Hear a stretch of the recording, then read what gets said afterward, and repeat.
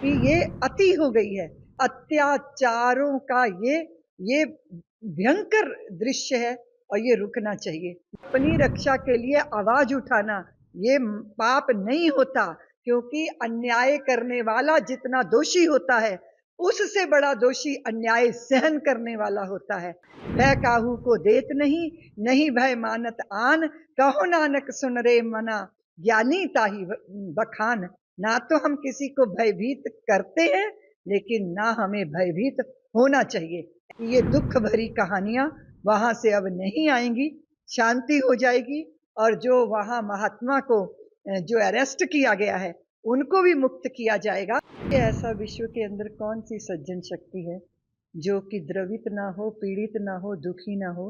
बांग्लादेश के हिंदुओं के ऊपर जिस तरह वहां अत्याचार हो रहे हैं, वहां हिंदू स्त्रियों की अस्मिता पर, उनके मान सम्मान पर चोट मारी जा रही है। जिस देश के वासी अपने देश को अपना मानते हैं, अपना ही देश अपना दुश्मन हो जाए तो भारी पीड़ा होती है। और इसकी वेदना पूरे विश्व के अंदर सभी सज्जन शक्तियों को है।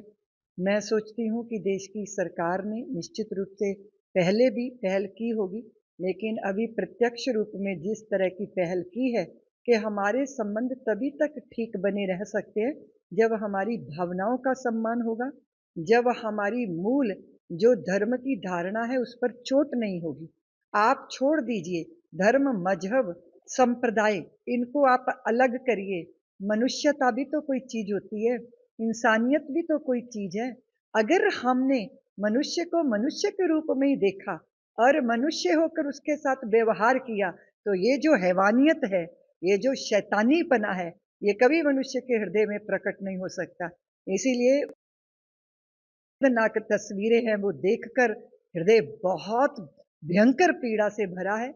मैं सोच रही हूँ ये जो हृदय में जख्म है, ये जो पीड़ा है, ये जो दुख है, ये उस पे मरहम है सरकार की पहल। मैं समझती हूँ कि ये बात निश्चित रूप से है कि हिंदू जाति को अपनी समस्त अलग अलग धारणाओं का त्याग करके एक हो जाना चाहिए। ये बात सत्य है, संगठन में शक्ति है। हम सब एक रहें और तभी भविष्य भी सुरक्षित होगा, वर्तमान भी सुरक्षित होगा।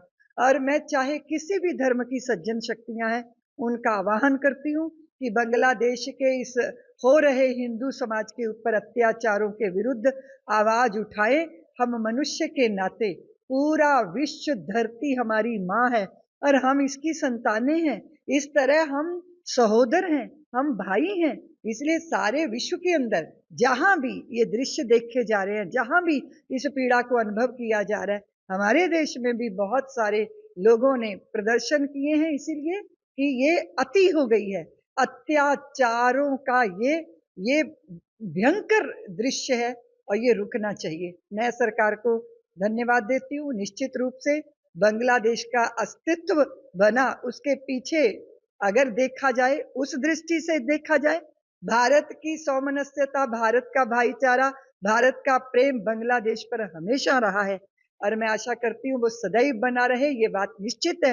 वो तभी होगा जब वहां के हिंदुओं को, उनके जीवन को, उनकी धारणा को, उनकी संतानों को, उनके युवा और उनकी बच्चों की, उनकी बहनों की इज्जत, मान सम्मान और जीवन, इसकी रक्षा होगी।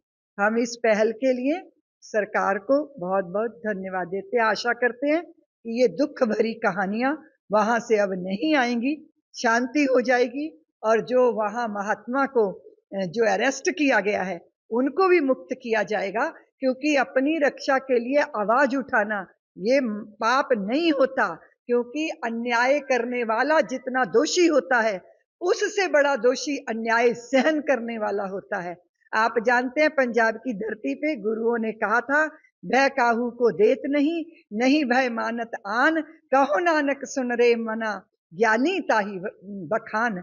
ना तो हम किसी को भयभीत करते हैं, लेकिन ना हमें भयभीत होना चाहिए। ऐसे वातावरण का निर्माण राज्य सरकारों को, केंद्र की सरकारों को और पूरे समाज को मिलकर इस पे प्रयत्न करना होगा। राष्ट्र भी अपना काम करे और राज्य भी अपना काम करे। मैं आशा करती हूँ सब कुछ सही होगा, जल्दी होगा और यही मेरी ईश्वर से प्रार्थना है।